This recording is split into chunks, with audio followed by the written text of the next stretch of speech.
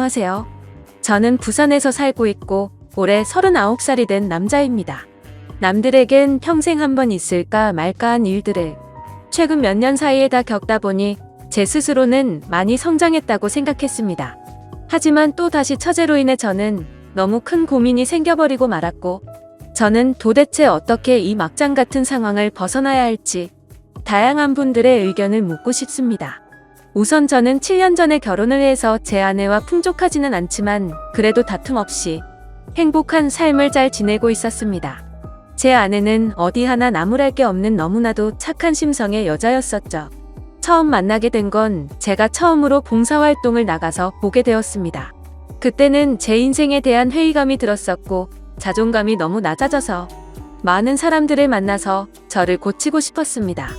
그리고 어려운 환경에 있는 사람들을 돕고 하다 보면 제 인생이 더 나아지지 않을까 하는 마음으로 용기를 내서 봉사활동을 나가게 되었습니다. 그렇게 봉사활동 장소에 도착을 했고 저는 사랑에 빠져버렸습니다. 그게 바로 제 아내였죠. 아내는 맑고 고운 미소로 어린아이들을 돌보고 있었고 햇빛에 비친 미소는 정말 눈이 부실 정도로 아름다웠습니다. 저는 그렇게 첫눈에 푹 빠져버리고 말았죠. 지금 생각해도 눈물이 날 정도로 너무 아련했었던 기억이네요. 하지만 그녀에게 쉽게 다가갈 수가 없었습니다. 저는 가진 것도 별로 없었고 외모도 남들보다 별로 뛰어나지 않은 그저 평범한 사람이거든요. 그리고 그 당시에는 되는 일이 하나도 없어서 자존감이 바닥을 치고 있을 때였죠. 저는 생전 처음 봉사활동을 오다 보니 너무 뻘쭘한 나머지 어색하게 가만히 있었습니다. 그러자 갑자기 제게 다가온 그녀는 또 다시 미소를 지으며 인사를 건넸죠.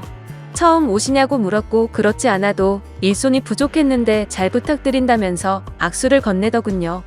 손을 마주 잡는 순간 저는 제 인생을 이 여자와 평생 하고 싶다라고 생각을 했습니다. 하지만 생각만 그럴 뿐 저는 용기가 없었습니다. 그저 조용히 말도 없이 묵묵히 일만 했고 남자답지 못하게 숙기도 없었죠. 그렇게 봉사활동을 시작한 지도 3개월이 지나갔을 무렵 그녀가 제게 묻더라고요. 이렇게 꾸준히 나오시는 분이 드문데 정말 성실하신 것 같다더군요. 그러더니 언제 한번 식사라도 대접해야 하는데 라고 말을 하더라고요. 그 말을 듣자 저도 모르게 오늘 식사하면 되지 않을까요? 라고 말이 나와버렸습니다. 말을 내뱉어버린 순간 아차 싶었고 쥐구멍이라도 숨고 싶은 심정이 들었죠. 그런데 너무 의외로 그녀는 웃으면서 안 될 거 없죠 라며 제게 미소를 지어주더군요. 그날 저와 그녀는 처음으로 단둘이 식사를 하게 되었고 예전보다 훨씬 가까운 사이가 되어가고 있었습니다. 제법 말도 하면서 장난도 치고 할 무렵 저는 어느 정도 성격이 예전보다 밝아진 게 느껴졌죠. 그래서 다시 일자리를 알아봐야 하겠다 싶었고 운이 좋게도 금방 취직이 되었습니다. 앞으로 회사 일을 하면 봉사활동을 나오기가 어려워진 상황이었고 저는 그녀에게 용기를 내서 고백을 하게 되었습니다. 이곳에서 처음 만나게 되는 순간부터 좋아하게 되었다며 이곳에 있는 동안 너무 행복했었고 앞으로도 행복하고 싶다고 말했죠. 그러자 제 진심이 통했는지 한참을 고민하다가 제 고백을 받아주었고 저와 그녀는 연애를 시작하게 되었습니다. 생각보다 연애 기간은 그리 길지 않았습니다. 저는 애초부터 이 여자와 평생을 함께하고 싶었기 때문도 있었죠. 만난 지 1년이 되는 날 저는 평생을 함께 지내자고 프러포즈를 했고 처음 제 고백을 받아주었을 때처럼 그녀는 제 프러포즈를 받아주었습니다. 너무 행복했고 고마웠습니다. 저는 어릴 때 아버지를 떠나 보내게 되어서 홀어머니 밑에서 자랐습니다. 그래서 집안이 남들보다도 훨씬 좋지 않은 형편이었고 저 또한 그저 그런 평범한 회사에 다니고 있었기에 사실 많이 망설였습니다. 하지만 제 이기적인 마음이 앞서서 결혼을 하자고 했는데 제 형편을 잘 아는 그녀였지만 제 프러포즈를 흔쾌히 받아주었죠. 어떻게 이렇게 착한 여자가 세상에 또 있을까 싶었고 너무 놓치고 싶지 않았습니다. 그날 이후로 저희는 결혼 준비를 하는 과정에서 아내의 친정을 찾아 뵙게 됐습니다. 장인어른과 장모님은 아내처럼 너무나도 착하시고 훌륭한 분이셨습니다. 장인어른은 사업을 하고 계셨고 제 이야기를 들었다고 하시더라고요. 어릴 때부터 아버지를 잃어서 그동안 아들로서 참 고생이 많았겠다며 당장 살 곳이나 이런 건 걱정 말고 행복하게 살아만 달라고 말씀하시는데 너무 감사해서 눈물이 날 뻔했습니다.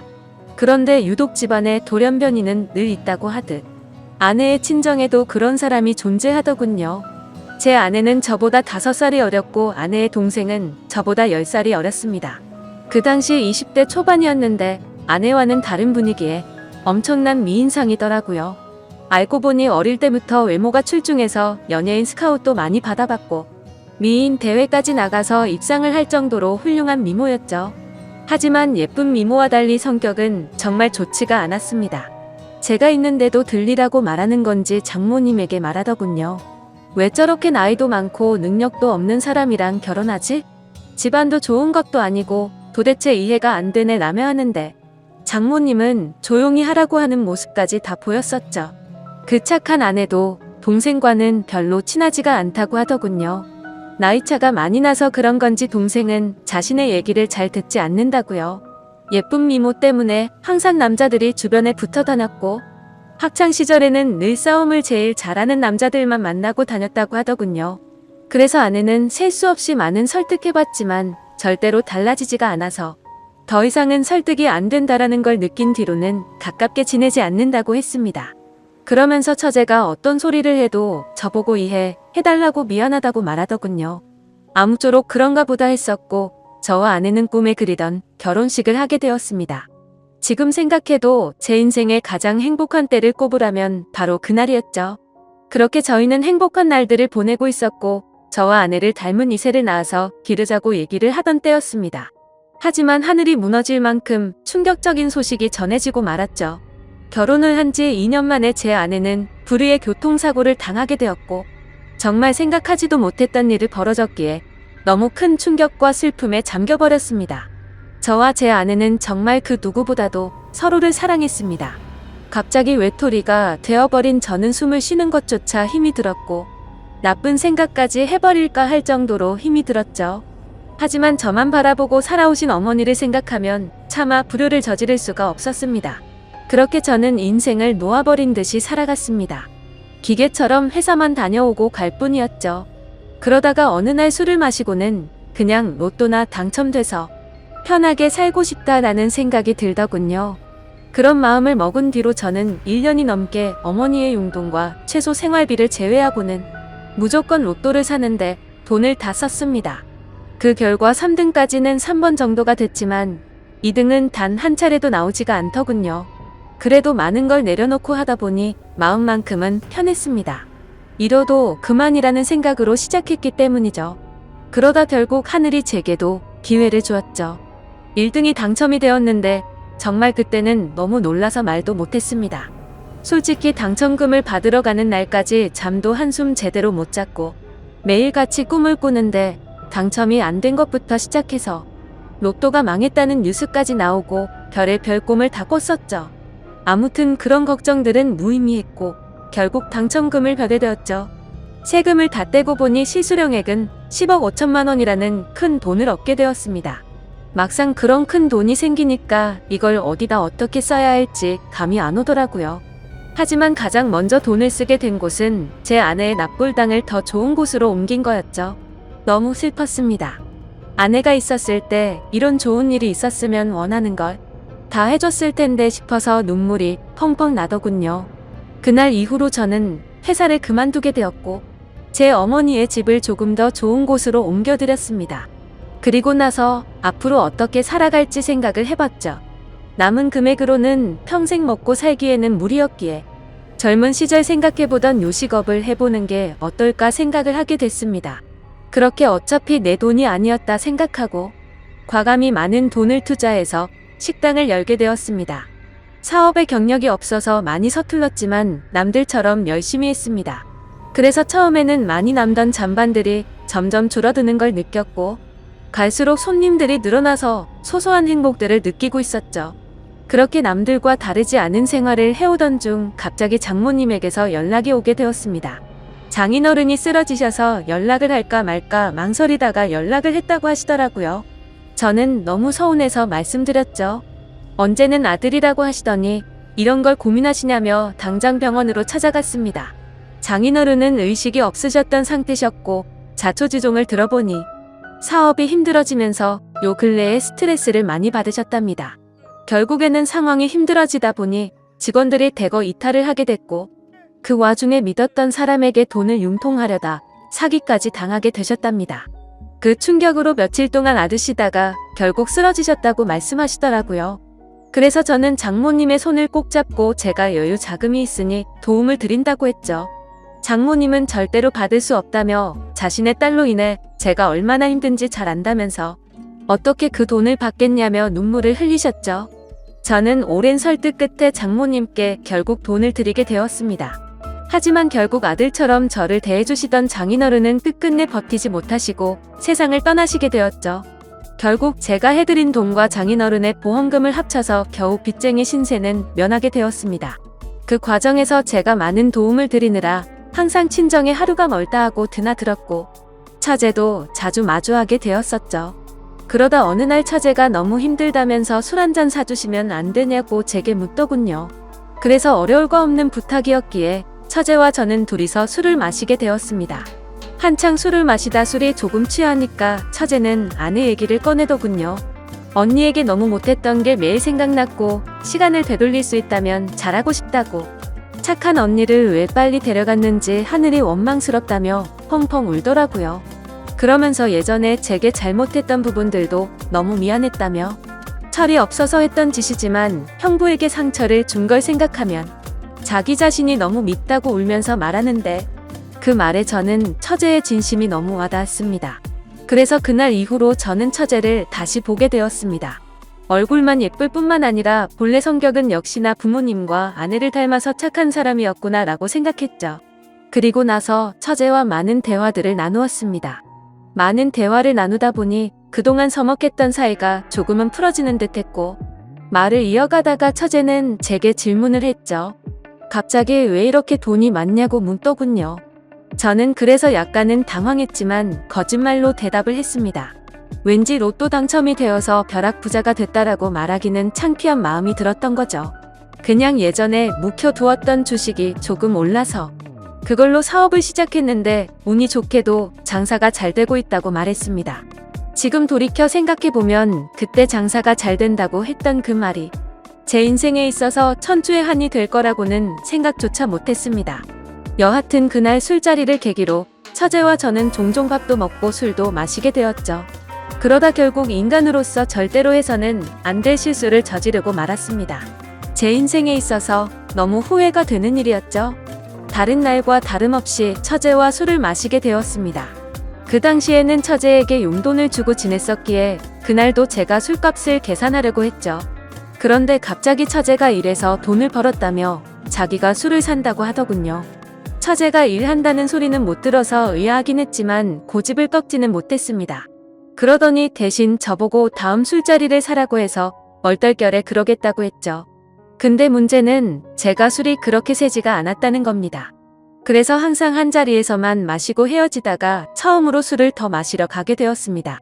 그날따라 처제는 평소와 다르게 계속해서 제게 술을 권하더라고요. 그러다 저는 화장실을 가게 되었고 밖에서 남자들이 하는 얘기를 들었습니다. 왜 저렇게 예쁜 여자가 저런 남자랑 있지? 남자가 돈이 많나 보지 뭐 이런 식의 대화였습니다. 저를 깎아내리는 소리였지만 내심 능력 있는 사람으로 보는구나 싶어서 기분이 크게 나쁘지는 않았습니다. 자리로 돌아가서 보니 처제는 누가 봐도 예쁘구나 싶었습니다. 물론 당연히 처제가 예쁘다는 건 잘 알고 있었죠. 미인 대회에서 입상할 만큼 예뻤던 외모였고 항상 관리를 잘해왔던 터라 군살도 없었으니까요. 근데 평소와 달리 처제도 많이 취했던 건지 계속 저에게 스킨십을 하고 기대려고 하더라고요. 맨 정신이었으면 뭐 하는 짓이냐고 했을 테지만 저도 술이 많이 취해서 미쳐버린 건지 처제의 모습이 여자처럼 보이기 시작했습니다. 그러다 술을 마시는 내내 손을 꼭 잡고 있다가 결국에 둘이서 넘어서는 안 될 선을 넘게 되었죠. 그날 이후로 처제와 저는 사귀자라는 얘기만 하지 않았을 뿐 연인과 다름없이 만나게 되었습니다. 아내 생각에 절대 이건 아니다 싶었고 이런 관계를 그만하자고 만나서 얘기하려고도 해봤습니다. 하지만 막상 만나면 너무 예쁜 미모에 홀려서 똑같은 실수를 하게 되었죠. 그런 관계를 오랫동안 이어오다 보니 너무 자연스러운 만남은 그 누구도 모르게 몰래 계속 만나왔습니다. 그러다가 결국 생각하지도 못한 일이 터졌습니다. 평생 겪지 못해본 유례 없던 전염병이 돌기 시작하게 되었던 거죠. 항상 많은 수익을 유지해주었던 저희 식당도 너무 큰 위기가 생겨버렸습니다. 하루에 매출 300만 원은 찍던 가게가 하루아침에 30만 원으로 벌게되자 그때부터 상황은 너무 심각하게 돌아갔던 거죠. 몇 년 동안 이런 적이 없었기에 모아뒀던 돈들은 시설 재투자로 많은 자금을 지출한 상태였었고 가만히 숨만 쉬어도 나가는 돈이 어마어마했습니다. 결국에는 어떻게든 버티려고 발버둥을 쳐봤지만 도저히 끝날 줄 모르는 상황에 모든 걸 포기하게 되었죠. 그동안 모든 정성을 쏟아부었던 가게를 폐업 처리를 하는데 정말 한숨만 나오고 너무 슬펐습니다. 말 그대로 저는 한마디로 알거지가 되어버렸습니다. 하지만 그런 아픈 마음을 위로해주는 사람은 단 한 명도 없었죠. 연인이라고 생각했던 처제는 제가 폐업 처리를 하자 급격하게 변해버렸습니다. 사실 그 이전에 힘들 때부터도 많이 달라진 걸 느끼긴 했었습니다. 한 달에 한 번 볼까 말까 할 정도로 약속을 계속 미루더라고요. 그러면서 급하게 돈이 필요하다며 저를 못 살게 굴었죠. 지금 상황 힘든 거 잘 알지 않냐고 해도 짜증을 내면서 결국에는 항상 받아갈 정도였습니다. 폐업 신고를 하고 난 뒤 저는 앞으로 다시 열심히 하면 잘 될 거라고 처제의 손을 잡았습니다. 처제는 일단 자신에게 있는 돈 전부를 맡겨두라고 하더군요.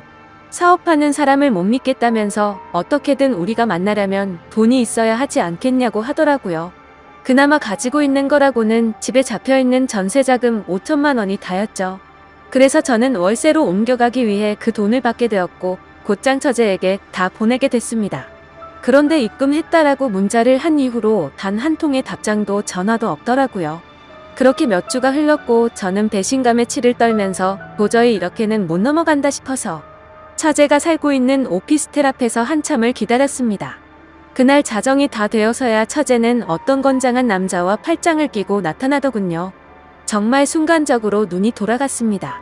그 남자와 맞붙어서 절대로 이길 자신이 없었지만 제 눈에는 이미 그런 게 보이지 않았고 욕을 하면서 뛰쳐나갔죠. 처제는 깜짝 놀라더니 왜 여길 찾아왔냐고 하더라고요. 그래서 저는 내 돈 찾으러 왔지 왜 연락을 안 받냐고 소리를 질러댔습니다. 그러자 처제는 가짠타는 듯이 제 눈을 똑바로 쳐다보면서 욕을 내뱉더군요. 내가 너한테 그동안 당해온 게 있어서 위로금 차원으로 생각하고 받은 건데 뭐가 문제냐면서 감옥에 안 보낸 걸 감사하게 생각하라고 말하더군요. 정말 망치로 머리를 맞은 기분이었습니다. 처제도 저와 같은 마음인 줄 알았는데 그게 아니었던 거죠. 그저 저는 돈을 주는 기계처럼 생각했던 거였습니다.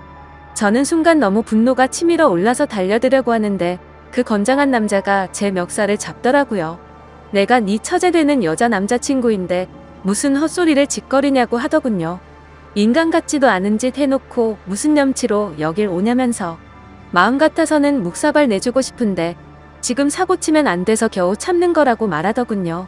그러고는 저를 밀쳐버리고는 처제의 집으로 둘이 같이 들어갔습니다. 그냥 누가 봐도 그 남자는 건달이었습니다. 온몸에 문신이 가득했고 사고를 치면 안 된다고 하는 걸 봐서 느낌이 왔죠. 심지어 그런 모습을 보니까 그 남자와 짜고서 제게 돈을 뜯어낸 게 아닌가라는 생각이 들었습니다. 하지만 인간 같지도 않다라는 말은 틀린 말은 아니었죠. 그때 그 말을 듣는데 정신이 번쩍 들었습니다. 그토록 사랑했던 아내를 떠나보내고 감히 처제와 연인으로 지냈다니 저는 차마 할 말이 없습니다. 그렇지만 그럼에도 불구하고 저는 지금 당장 제 모든 재산을 잃어버렸기에 어떻게 해야 할지 도저히 모르겠네요. 그 5천만 원으로 어떻게든 재기해보려고 했던 사업 미천이었는데 너무 절망적일 뿐입니다. 이런 경우에 법적으로 제가 다시 그 돈을 받아낼 방법은 전혀 없을까요? 그리고 솔직하게 말해서 돈도 돈이지만 이러면 안 되지만 처제가 그놈과 붙어 있을 걸 생각만 해도 너무 화가 나고 가슴이 터질 것만 같습니다. 한심한 질문이지만 제가 어떻게 하는 게 좋을지 많은 말씀 부탁드립니다. 감사합니다.